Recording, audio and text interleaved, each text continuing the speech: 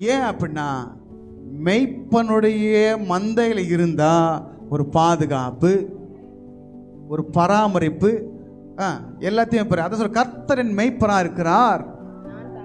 ஏன்னா அவர் என்னை புல்லுள்ள இடங்களில் மேய்த்து அமர்ந்த தண்ணீரில் கொண்டு போய் விடுறாரு.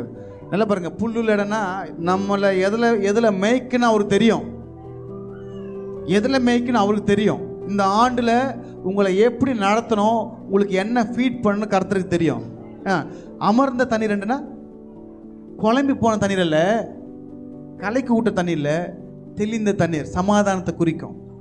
அமர்ந்த தண்ணீர் ரெண்டில் கொண்டு போய் சரி யார் விடுறதான் நம்மளை நல்ல மேய்ச்சலை கொடுத்து.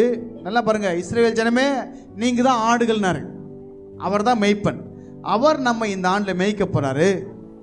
நம்மளை புல்லுள்ள இடங்களில் மேய்த்து. புல்லுன்னு நீங்கள் நினச்சி போகிறீங்க, ஆடுக்கு என்ன போடுவாங்க? நுனி புல், பசும்புல் போட்டால் ஆடு எப்படி இருக்கும்? அருகம்புல், பல வகைகள் இருக்குது. அதில் எது பெஸ்ட்டோ அதில் மேய்ப்பார். சரி, ஆண்டு கொடுத்தா பெஸ்ட்டு தான், ஏதோ வாங்கிட்டு போடுறவர் அல்ல.